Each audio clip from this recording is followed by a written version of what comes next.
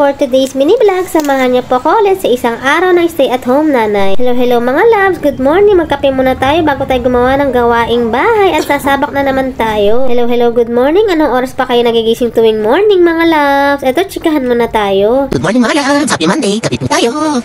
Kumusta naman ang araw niyo ha? Monday na naman, another day, another gawaing bahay na naman tayo mga loves. Nandito pala ako sa labas. Tambay ako. Oh, diba? Kape muna tayo. Thank you po pala sa nagbibigay ng mga star at nanonood sa aking mga vlog. Please pa-follow, share po nila.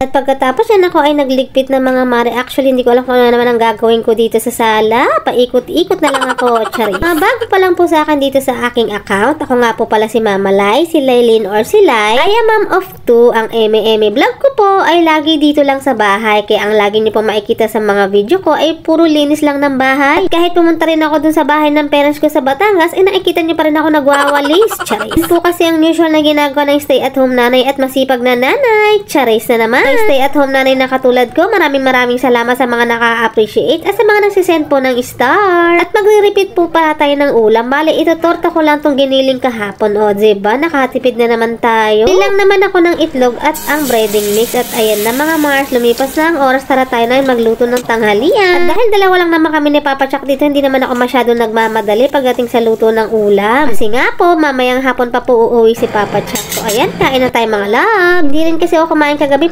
brunch ko na to mga loves. O siya, kain na po tayo. Napakabilis lang po talaga ng oras. 11 o'clock na naman mga loves. Kayo ba? Ano ang ulam niyo for today? Hinugasan ko na rin pala yung mga ginamit ko kanina. Alam mo na, marami kasi langaw dito. Relate din ba kayo moms? Kasi wala rin tayong screen dito sa bahay. Kaya ayun, kailangan natin magwalis at maglinis araw-araw. Kailan ba ang brigada eskwela niyo mga loves? Kasi kami ata sa Miyerkules. Ang bilis na naman ang araw at pasukan na naman. At dahil schedule natin maglinis ng CR, maglilinis pa rin tayo ng CR. Hindi tayo pwede maging tamad for today.